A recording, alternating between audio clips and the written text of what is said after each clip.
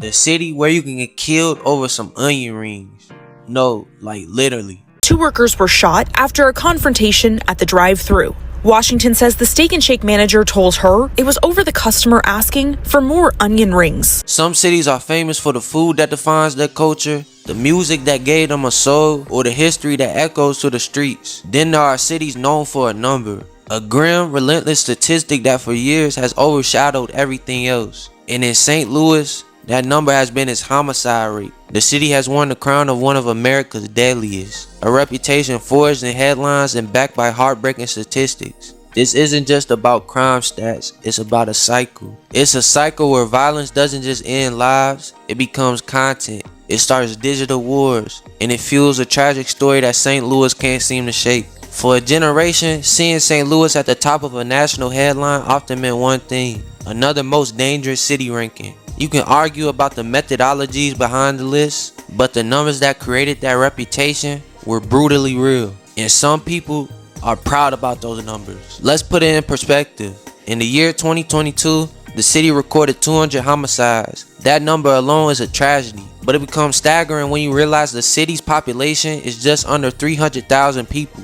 This calculates to a murder rate of 68.18 per 100,000 residents. For comparison, St. Louis County, which sits right next door, has a population more than 3 times larger, yet it suffered less than half the number of homicides. The violence isn't a citywide phenomenon, it's a crisis packed into specific, long-suffering areas. And this was not a sudden spike, it was a grim drumbeat. For 5 consecutive years leading up to 2019, St. Louis held the highest homicide rate for a major city in the entire nation. Then came 2020, a brutal record-shattering year that saw 263 lives lost to violence, marking the city's highest murder rate in 60 years. It's true that the city has made real tangible progress since those dark peaks. In fact, 2025 saw the lowest number of homicides the city has experienced since 2013, a remarkable achievement. That year even began with a stunning 55% drop in January compared to the year before. But a reputation, especially one this dark, is a heavy cloak to shed. Even as things get better, the shadow of the reputation sticks, coloring how the world sees the city, and more importantly, how the city sees itself. Because the raw numbers, as shocking as they are, don't even tell the full story.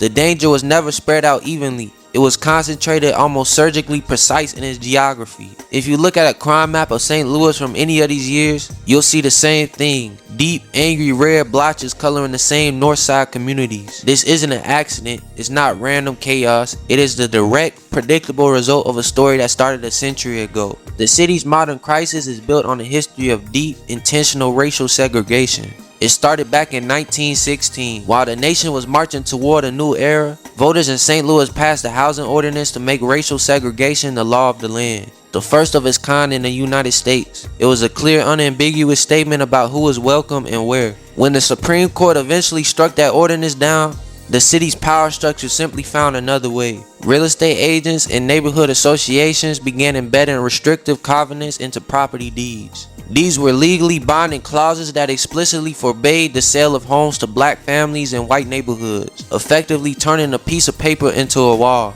What this did was draw an invisible but brutally effective line across the city. It coordinated the city's black population into a few designated areas, primarily on the north side. Then came the second wave of this hollowing out. After World War II, the factory jobs that had been the city's economic engine began to disappear. At the same time, a massive wave of white flight began, as white families lured by the promise of the suburbs moved out to St. Louis County in droves. The segregated neighborhoods they left behind were starved of resources, investment, and political power.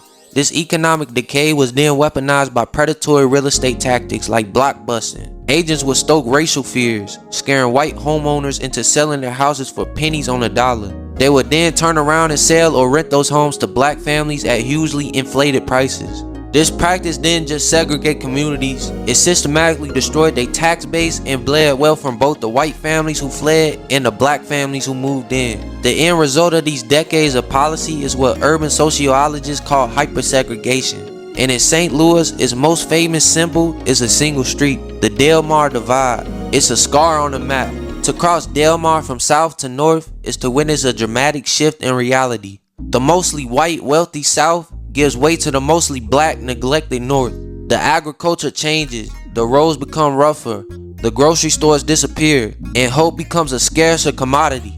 Over decades, these policies created pockets of deep, concentrated poverty, where a lack of jobs, crumbling infrastructure, and a profound sense of being cut off from the rest of the city became the perfect breeding ground for the city of violence we see today. The violence isn't random. It meticulously follows the lines drawn generations ago. This cycle of violence and neglect is so powerful that it can reach you even after you think you've made it out.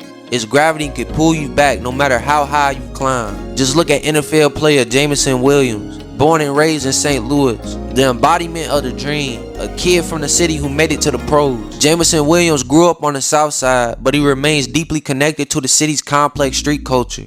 Jameson Williams made it to the pros, yet he's still claiming his set from his hometown. Big SG J-Mo, right? That's Big Scully Gang J-Mo. What's Scully Gang? I see you be posting on the story. It's really just me and all my people.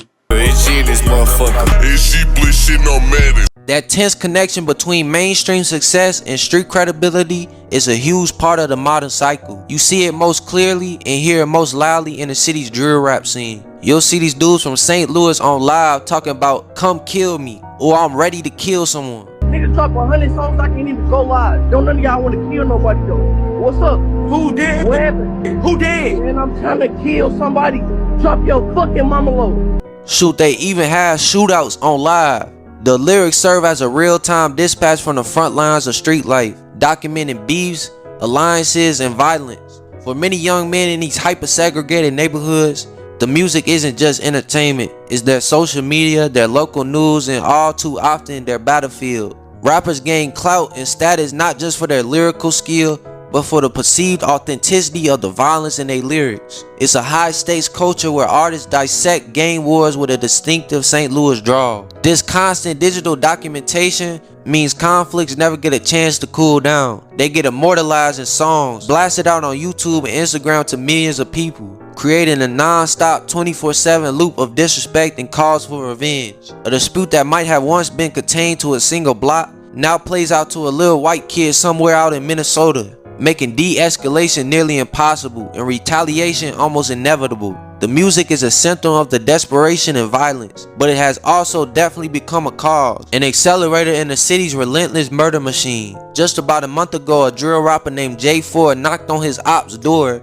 for Instagram, and that knock ended up being one of the last moments of his life, as his op, a dude named Kendo, came out shooting. The charges were dropped and Kendo was set free, and then he got right out and put the news clip in a song, creating a cycle of doing stuff for social media. So with the crisis this deep, why does the cycle keep spinning? It persists because the very institution that is supposed to interrupt it, the criminal justice system, is often seen as broken or untrustworthy. When the official system fails to provide justice, a vacuum is created, and that vacuum is almost always filled by street justice. And that creates a cycle as well. Every case that gets dropped, every killer that walks free on a technicality sends a powerful message back to the streets. The system will not get justice for you, so you must get it for yourself. The St. Louis murder cycle is born and nurtured right there, in the vast, tragic gap between the promise and the reality. It is a loop that begins with the deliberate sins of segregation and neglect. It festers in neighborhoods denied opportunity but saturated with danger.